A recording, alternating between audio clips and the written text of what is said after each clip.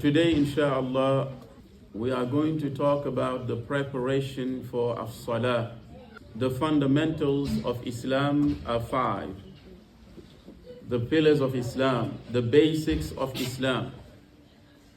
And as we already went over the shahada, the testimony of faith, to bear witness there is no God but Allah, and that Prophet Muhammad sallallahu alaihi wasallam is his servant and his last messenger.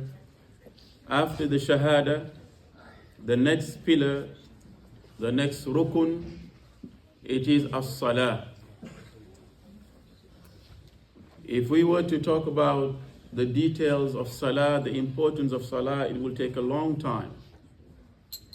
But as we go, we'll just mention a few details about salah. But salah itself, before you enter salah, there is a preparation for it. And that preparation is to be in a state of tahara. Tahara is purification, a state of purification. There is minor tahara and there is major tahara. Minor tahara, it is when you need to make wudu. Before you pray, you must make sure you are in a state of purification.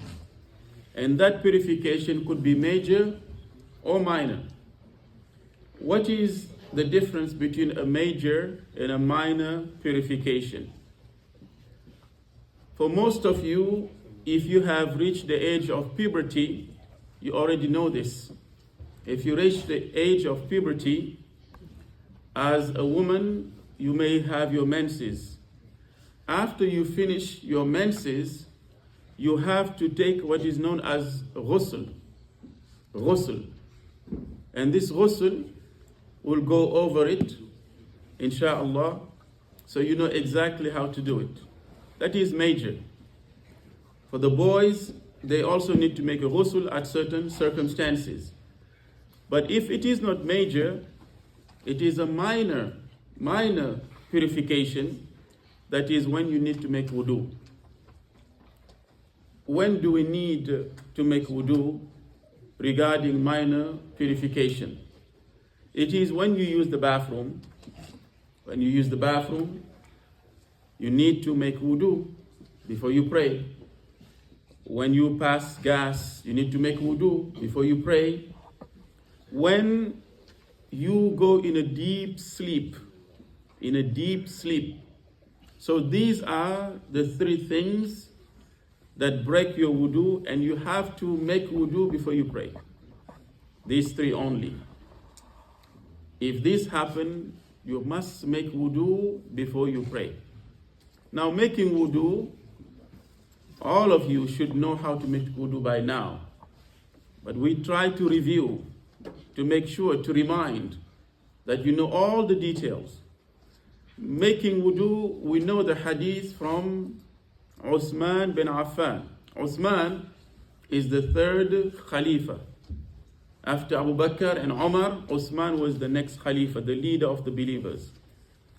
He made wudu in front of Abu Huraira. And he said, I swear by Allah, this is how I saw the Prophet ﷺ make wudu exactly. So the wudu that was taught to us by Uthman ibn Affan is the most correct wudu. Number 1, before you start your wudu, you have to have a niyyah, the intention. You know this, every act, intention. Innamal a'malu binniyati. So everything you do in Islam, you must start with niyyah, the intention. What is my intention? My intention is to purify myself, and minor purification, not major, minor purification. Then you say Bismillah. You cannot say Bismillah in the bathroom. If you're in the wudu area, you can say Bismillah, but not in the bathroom. After you say Bismillah, according to Uthman bin Affan, you start washing your hands, the right hand, 3 times. Do not rush. Make sure you're going between the fingers and washing your nails. And that is why if you have nail polish, you cannot make wudu because it covers the nail. Washing the nail is part of the wudu. But if you have something, a nail polish that is thick, that covers the nail, your wudu is not valid. Henna is okay if you have henna. If you have something that is not thick to cover the nail, you can still do that as a female. And you finish the right hand 3 times. Then you finish the left hand 3 times. This is the first step in making wudu. Tomorrow, inshallah, we will continue until we finish the wudu step by step. We'll do the ghusl, and after the ghusl, we'll enter the salah, and we'll do the salah step by step.